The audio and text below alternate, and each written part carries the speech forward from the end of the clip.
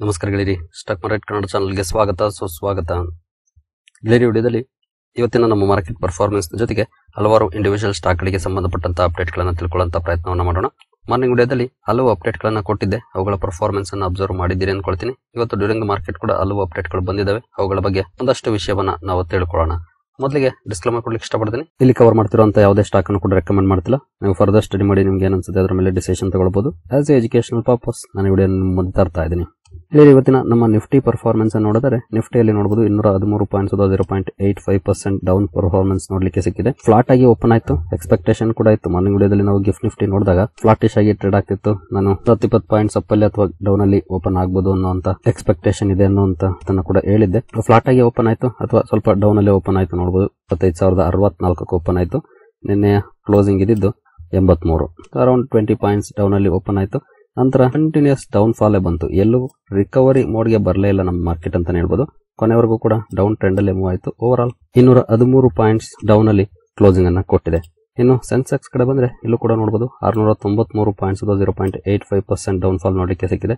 Same ಇಲ್ಲೂ ಕೂಡ flattish ಆಗಿ ಓಪನ್ ಆಯ್ತು. 951 ನಿನ್ನೆ ಕ್ಲೋಸಿಂಗ್ ಇದ್ದಿದ್ದು 82,000 ನೋಡಬಹುದು. ಜಸ್ಟ್ 30 ಪಾಯಿಂಟ್ಸ್ ಫ್ಲಾಟಿಶ್ ಆಗಿ ಓಪನ್ ಆಯ್ತು. ಆ ನಂತರ ಡೌನ್ ಟ್ರೆಂಡ್ ಕಂಟಿನ್ಯೂ ಆಯ್ತು ಎಲ್ಲೂ ಕೂಡ. ಇನ್ನು ಬ್ರಾಡ್ ಮಾರ್ಕೆಟ್ ಇಂಡೈಸಸ್ ಯಾವ ರೀತಿ ಪರ್ಫಾರ್ಮ್ ಮಾಡಿದ್ವು ಅಂತ ನೋಡಿದ್ರೆ ನಿಫ್ಟಿ ನೆಕ್ಸ್ಟ್ 50 ನಲ್ಲಿ ನೋಡಬಹುದು 0.64% ಡೌನ್ ಫಾಲ್ ಇದೆ. ನಿಫ್ಟಿ 100 ಅಲ್ಲಿ 0.82% ಡೌನ್ ಇದೆ. 200 0.7% ಡೌನ್ ಇದೆ. ನಿಫ್ಟಿ 500 0.63% ಡೌನ್ ಇದೆ. ಅಂದ್ರೆ ನಿಫ್ಟಿ 50 ಇಂದ ನಿಫ್ಟಿ 500 ವರೆಗೂ ಕೂಡ 0.6 ಇಂದ 0.8% ವರೆಗೂ ಡೌನ್ ಫಾಲ್ ನೋಡ್ಲಿಕ್ಕೆ ಸಿಕ್ಕಿದೆ ಇವತ್ತು. ಅಂದ್ರೆ ಡೀಸೆಂಟ್ ಡೌನ್ ಫಾಲ್ ಇದೆ. ನಿನ್ನೆ ಮೊನ್ನೆ ಏನು ಒಂದಷ್ಟು ಪಾಸಿಟಿವ್ ಪರ್ಫಾರ್ಮೆನ್ಸ್ ಇತ್ತು, ಇವತ್ತು ನೆಗೆಟಿವ್ ಆಗಿದೆ ಅಂತಾನೆ ಹೇಳ್ಬೋದು. ಇನ್ನು ಮಿಡ್ ಕ್ಯಾಪ್ ಶೇರ್ಗಳ ಕಡೆ ಬಂದ್ರೆ ಮಿಡ್ ಕ್ಯಾಪ್ 50 ನಲ್ಲಿ ನೋಡಬಹುದು 0.06% ಡೌನ್ ಇದೆ. ಮಿಡ್ ಕ್ಯಾಪ್ 100 0.14% ಡೌನ್ ಇದೆ. ಮಿಡ್ ಕ್ಯಾಪ್ 150 0.18% ಡೌನ್ ಇದೆ. Compare to large cap mid cap ಅಲ್ಲಿ ಕಡಿಮೆ ಡೌನ್ ಫಾಲ್ ನೋಡ್ಲಿಕ್ಕೆ ಸಿಕ್ಕಿದೆ ಅಂತಾನೆ ಹೇಳ್ಬೋದು. ಇನ್ನು ಸ್ಮಾಲ್ ಕ್ಯಾಪ್ ಕಡೆ ಬಂದ್ರೆ ಸ್ಮಾಲ್ ಕ್ಯಾಪ್ 100 ಅಲ್ಲಿ 0.26% ಡೌನ್ ಇದೆ. ಸ್ಮಾಲ್ ಕ್ಯಾಪ್ 50 0.27% ಡೌನ್ ಇದೆ. ಸ್ಮಾಲ್ ಕ್ಯಾಪ್ 250 0.16% ಡೌನ್ ಇದೆ. ಅಂದ್ರೆ ಇವತ್ತು ಲಾರ್ಜ್ ಕ್ಯಾಪ್ ಅಲ್ಲಿ ಸ್ವಲ್ಪ ಜಾಸ್ತಿ ಪ್ರಮಾಣದ ಡೌನ್ ಫಾಲ್ ಇದೆ. Mid cap and small cap ಚೆನ್ನಾಗಿ ಪರ್ಫಾರ್ಮ್ ಮಾಡಿದೆ ಅಂತ ಹೇಳೋದು. ಅಂದ್ರೆ ಕಂಪೇರ್ ಟು ಲಾರ್ಜ್ ಕ್ಯಾಪ್, ಹಾಗಂತ small cap and mid cap ಅಲ್ಲಿ ಏನು ಪಾಸಿಟಿವ್ ಇಲ್ಲ, ನೆಗೆಟಿವ್ ಇದ್ರೂ ಕೂಡ ಜಾಸ್ತಿ ಪ್ರಮಾಣದ ನೆಗೆಟಿವ್ ಪರ್ಫಾರ್ಮೆನ್ಸ್ ಇಲ್ಲ. ಸೊ ಬಹುಶಃ ತುಂಬಾ ಜನ ಏನಾದ್ರು small cap and mid cap ಅಲ್ಲಿ ಹೆಚ್ಚು ಇನ್ವೆಸ್ಟ್ಮೆಂಟ್ ಅನ್ನ ಮಾಡಿದ್ರೆ ಅಂತವರ ಪೋರ್ಟ್ಫೋಲಿಯೋ ಅಷ್ಟೇನು ದೊಡ್ಡ ಪ್ರಮಾಣದ ಡೌನ್ ಫಾಲ್ ಅನ್ನ ಇವತ್ತು ಕಂಡಿಲ್ಲ ಅಂತಾನೆ ಹೇಳ್ಬೋದು. ಇನ್ನು ಮೈಕ್ರೋ ಕ್ಯಾಪ್ ಕಡೆ ಬಂದ್ರೆ ಇಲ್ಲಿ 0.59% ಡೌನ್ ಫಾಲ್ ಇದೆ. ಮೋರ್ ದನ್ 0.5% ಡೌನ್ ಫಾಲ್ ಇಲ್ಲಿ ನೋಡ್ಲಿಕ್ಕೆ ಸಿಕ್ಕಿದೆ ಅಂತಾನೆ ಹೇಳ್ಬೋದು. ಒಟ್ಟಿನಲ್ಲಿ ಎಲ್ಲ ಕಡೆ ಡೌನ್ ಇದೆ, but small cap mid cap ಅಲ್ಲಿ ಏನಂತ ದೊಡ್ಡ ಪ್ರಮಾಣದ ಡೌನ್ ಫಾಲ್ ಬಂದಿಲ್ಲ ಅಂತಾನೆ ಹೇಳ್ಬೋದು.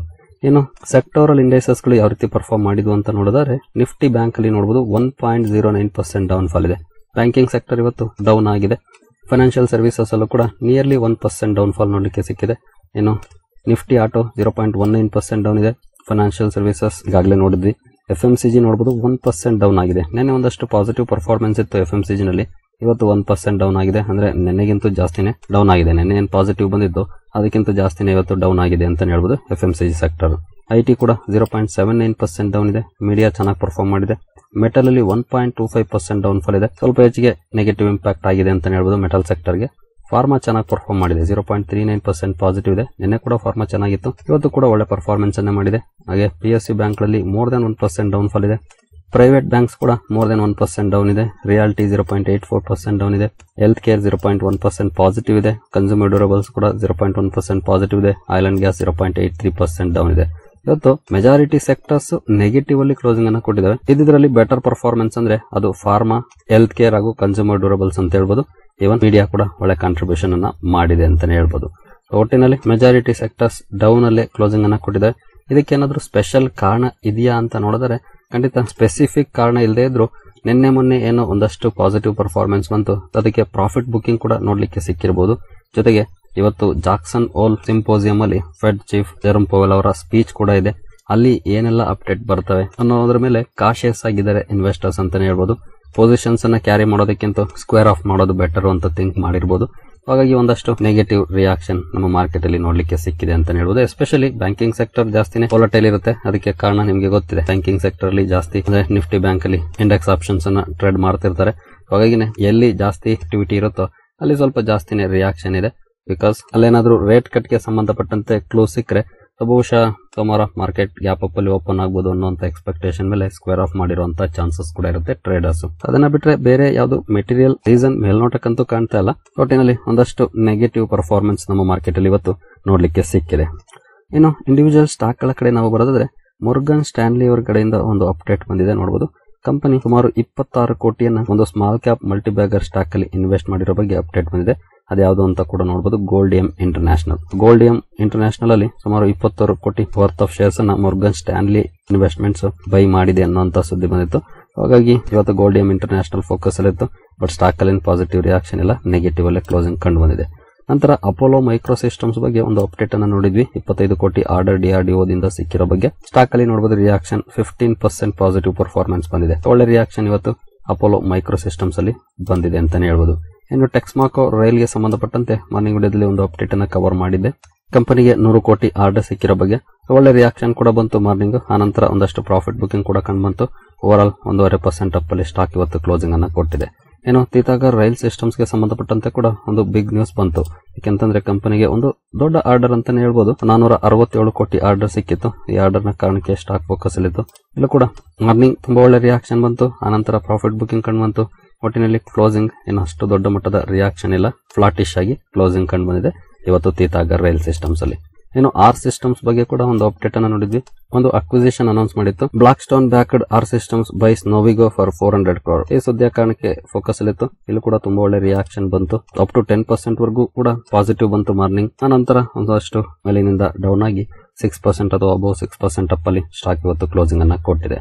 ಇನ್ನು ಇಕಾಲ್ ಲಿಮಿಟೆಡ್ ಕೂಡ ಇವತ್ತು ಫೋಕಸ್ ಅಲ್ಲಿತ್ತು. ಕಾರಣ ಕಂಪನಿಗೆ USFDA ಇಂದ ಒಂದು ವಾರ್ನಿಂಗ್ ಲೆಟರ್ ಇಶ್ಯೂ ಆಗಿತ್ತು ಜಿಗಣಿ ಪ್ಲಾಂಟ್ ಅಲ್ಲಿ. ಅದಕ್ಕೆ ಸಂಬಂಧಪಟ್ಟಂತೆ ಕಂಪನಿ ಕ್ಲಾರಿಫಿಕೇಶನ್ ಕೂಡ ಕೊಡ್ತು, ಅದನ್ನ ನಾವು ಚೇಂಜಸ್ ಮಾಡ್ಕೊಳ್ತೀವಿ ಅಂತ. ಮಾರ್ನಿಂಗ್ ಸ್ವಲ್ಪ ನೆಗೆಟಿವ್ ರಿಯಾಕ್ಷನ್ ಬಂದ್ರು ಕೂಡ ಆನಂತರ ಒಳ್ಳೆ ರಿಕವರಿ ಕೂಡ ಸ್ಟಾಕ್ ಅಲ್ಲಿ ನೋಡ್ಲಿಕ್ಕೆ ಸಿಕ್ಕಿದೆ. ರಿಕವರಿ ಕಂಡು ಬಂದು 1% ಅಪ್ ಅಲ್ಲೇ ಇಕಾಲ್ ಲಿಮಿಟೆಡ್ ಇವತ್ತು ಕ್ಲೋಸಿಂಗ್ ಅನ್ನ ಕೊಟ್ಟಿದೆ. ಇನ್ನು ಸೆಂಟ್ರಮ್ ಕ್ಯಾಪಿಟಲ್ ಕೂಡ ಸುದ್ದಿಯಲ್ಲಿತ್ತು.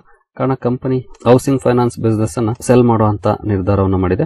ಈ ಸುದ್ದಿಯ ಕಾರಣಕ್ಕೆ ಸ್ಟಾಕ್ ಫೋಕಸ್ ಅಲ್ಲಿತ್ತು. ಒಳ್ಳೆ ರಿಯಾಕ್ಷನ್ ಕೂಡ ಬಂತು ಈ ಡಿಸಿಷನ್ಗೆ. ನಿಯರ್ಲಿ 2% ಅಪ್ ಅಲ್ಲಿ ಸೆಂಟ್ರಮ್ ಕ್ಯಾಪಿಟಲ್ ಇವತ್ತು ಕ್ಲೋಸಿಂಗ್ ಅನ್ನ ಕೊಟ್ಟಿದೆ. ಇನ್ನು ಓರಿಯೆಂಟಲ್ ರೈಲ್ ಇನ್ಫ್ರಾ ಕೂಡ ಸುದ್ದಿಯಲ್ಲಿತ್ತು. ಕಾರಣ ಕಂಪನಿಗೆ 60 ಕೋಟಿ ಆರ್ಡರ್ ಸಿಕ್ಕಿರೋ ಬಗ್ಗೆ ಒಂದು ಅಪ್ಡೇಟ್ ಬಂತು ಇವತ್ತು. ಈ ಸುದ್ದಿಯ ಕಾರಣಕ್ಕೆ ಫೋಕಸ್ ಅಲ್ಲಿತ್ತು. ಬಟ್ ಸ್ಟಾಕ್ ಅಲ್ಲಿ ರಿಯಾಕ್ಷನ್ ಬರಲಿಲ್ಲ. 0.5% ಡೌನ್ ಅಲ್ಲಿ ಇವತ್ತು ಓರಿಯೆಂಟಲ್ ರೈಲ್ ಇನ್ಫ್ರಾ ಕ್ಲೋಸಿಂಗ್ ಅನ್ನ ಕೊಟ್ಟಿದೆ. ನಂತರ ಈಡೆಲ್ವೈಸ್ ಫೈನಾನ್ಷಿಯಲ್ ಸರ್ವಿಸಸ್ ಕೂಡ ಫೋಕಸ್ ಅಲ್ಲಿತ್ತು. ನೆಗೆಟಿವ್ ರಿಯಾಕ್ಷನ್ ಕೂಡ ಬಂತು. ಕಾರಣ ಕಂಪನಿ ಒಂದು ಅನೌನ್ಸ್ಮೆಂಟ್ ಅನ್ನು ಮಾಡಿದೆ. ಈಡೆಲ್ವೈಸ್ ಅಸೆಟ್ ಮ್ಯಾನೇಜ್ಮೆಂಟ್ ಅಲ್ಲಿ ಇದ್ದಂತ ಸ್ಟೇಕ್ ಅಲ್ಲಿ 15% ಮಾರಾಟ ಮಾಡುವಂತ ನಿರ್ಧಾರವನ್ನು ಮಾಡಿದೆ ವೆಸ್ಟ್ ಬ್ರಿಡ್ಜ್ ಕ್ಯಾಪಿಟಲ್ಗೆ. ಈ ಸುದ್ದಿ ಸ್ವಲ್ಪ ನೆಗೆಟಿವ್ ಇಂಪ್ಯಾಕ್ಟ್ ಅನ್ನು ಮಾಡಿದೆ ಈಡೆಲ್ವೈಸ್ ಕ್ಯಾಪಿಟಲ್ ಅಲ್ಲಿ ಅಂತಾನೆ ಹೇಳ್ಬೋದು. ಯೂಶುವಲಿ ಏನಾಗುತ್ತೆ, ತುಂಬಾ ಜಾಸ್ತಿ ಡಿಸ್ಕೌಂಟ್ ಗೆ ಮಾರಾಟ ಮಾಡುವ ನಿರ್ಧಾರವನ್ನು ಮಾಡಿದ್ರೆ ಅಂತ ಸಂದರ್ಭದಲ್ಲಿ ಮಾರ್ಕೆಟ್ ಪ್ಲೇಯರ್ಸ್ ನೆಗೆಟಿವ್ ಆಗಿ ಥಿಂಕ್ ಮಾಡ್ತಾರೆ. ಜೊತೆಗೆ ತಗೊಳ್ಳೋರು ಕೂಡ ಡಿಸ್ಕೌಂಟ್ ಅಲ್ಲಿ ಸಿಕ್ಕರೆ ತಗೊಳ್ಳೋದು ಅನ್ನುವಂತ ಕಂಡೀಷನ್ಸ್ ಇರುತ್ತೆ. ಹಾಗಾಗಿ ಒಟ್ಟಿನಲ್ಲಿ ಈ ಡಿಸಿಷನ್ ಗೆ ಮಾರ್ಕೆಟ್ ನೆಗೆಟಿವ್ ಆಗಿ ರಿಯಾಕ್ಟ್ ಮಾಡಿದೆ ಈಡೆಲ್ವೈಸ್ ಫೈನಾನ್ಷಿಯಲ್ ಸರ್ವಿಸಸ್ ಅಲ್ಲಿ. ಏನು ವೋಡಾಫೋನ್ ಐಡಿಯಾ ಇವತ್ತು ಫೋಕಸ್ ಅಲ್ಲಿತ್ತು. ಒಳ್ಳೆ ಪರ್ಫಾರ್ಮೆನ್ಸ್ ಕೂಡ ನೋಡ್ಲಿಕ್ಕೆ ಸಿಕ್ತು. ಇದಕ್ಕೆ ಕಾರಣ AGR ಡ್ಯೂಸ್ ಗೆ ಸಂಬಂಧಪಟ್ಟಂತೆ ಸರ್ಕಾರ ರಿಲೀಫ್ ಕೊಡಬಹುದು ಅನ್ನುವಂತ ಸುದ್ದಿ ಬಂದಿದೆ. ಇದು ರಿಪೋರ್ಟ್ಸ್ ಮೂಲಕ ಬಂದಿರುವಂತದ್ದು, ಯಾವುದೇ ಕನ್ಫರ್ಮೇಶನ್ ಬಂದಿಲ್ಲ. ಬಟ್ ಸ್ಟಿಲ್ ಸ್ಟಾಕ್ ಅಲ್ಲಂತೂ ರಿಯಾಕ್ಷನ್ ಬಂದಿದೆ. ನಿಮ್ಗೆ ಗೊತ್ತಿರೋ ಹಾಗೆ ಯಾವಾಗ್ಲೂ ರಿಪೋರ್ಟ್ಸ್ ನ ಮೇಲೆ ಬಂದಂತ ಸುದ್ದಿಗಳಿಗೆ ಮಾರ್ಕೆಟ್ ರಿಯಾಕ್ಟ್ ಮಾಡುತ್ತೆ. ಆಕ್ಚುಯಲ್ ನ್ಯೂಸ್ ಬಂದಾಗ ಅಂತ ರಿಯಾಕ್ಷನ್ ಬರೋದಿಲ್ಲ. ಇವತ್ತು ಅದೇ ಆಗಿರೋದು. ಹಾಗಾಗಿ ವೋಡಾಫೋನ್ ಐಡಿಯಾದಲ್ಲಿ ಇವತ್ತು ಒಳ್ಳೆ ಪರ್ಫಾರ್ಮೆನ್ಸ್ ಬಂತು. ಬಟ್ ನೋಡೋಣ ಏನಾದ್ರೂ ಸರ್ಕಾರ ಡ್ಯೂಸ್ ಗೆ ಸಂಬಂಧಪಟ್ಟಂತೆ ರಿಲೀಫ್ ಕೊಡುತ್ತಾ ಅಂತ. ಬಟ್ ಸ್ಟಿಲ್ ರಿಲೀಫ್ ಕೊಟ್ಟರು ಕೂಡ ಈ ಕಂಪನಿ ಸದ್ಯದ ಮಟ್ಟಿಗಂತೂ ನಾನು ಅವಾಗ ಹೇಳೋ ಹಾಗೆ ICA ನಲ್ಲಿರುವಂತಹ ಪೇಷಂಟ್, ಹಾಗಾಗಿ ಕೇರ್ಫುಲ್ ಆಗಿ ಇರಬೇಕಾಗುತ್ತೆ ಇಂಥ ಕಂಪನಿಯಲ್ಲಿ ನಾವು ಹೋಗುವಾಗ. ಬಟ್ ನೋಡೋಣ ಏನು ಅಪ್ಡೇಟ್ಗಳು ಮುಂದುವರೆದು ಬರುತ್ತೆ ಅಂತ. ಸರಿ ಗೆಳೆಯರೆ, ಈ ಎಲ್ಲ ಅಪ್ಡೇಟ್ಸ್ ನಿಮಗೆ ಇಷ್ಟ ಆಗಿದೆ ಅನ್ಕೊಳ್ತೀನಿ. ಹಾಗೆ ಇವತ್ತು ಮತ್ತೊಂದು ವಿಡಿಯೋ ಬರೋದಿಲ್ಲ, ಯಾಕಂದ್ರೆ ಸ್ವಲ್ಪ ಹೊರಗಡೆ ಇದ್ದೀನಿ. ಹಾಗಾಗಿ ನಾಳೆ ಬೆಳಗಿನ ವಿಡಿಯೋದಲ್ಲಿ ಸಿಗೋಣ, ವೆಯ್ಟ್ ಮಾಡಕ್ ಹೋಗ್ಬೇಡಿ. ಸರಿ ಗೆಳೆಯರೆ, ಈ ವಿಡಿಯೋ ನಿಮಗೆ ಇಷ್ಟ ಆಗಿದೆ ಅನ್ಕೊಳ್ತೀನಿ. ಮುಂದಿನ ವಿಡಿಯೋದಲ್ಲಿ ಸಿಗೋಣ. ಅಲ್ಲಿವರೆಗೂ ಜೈ ಹಿಂದ್, ಜೈ ಕರ್ನಾಟಕ.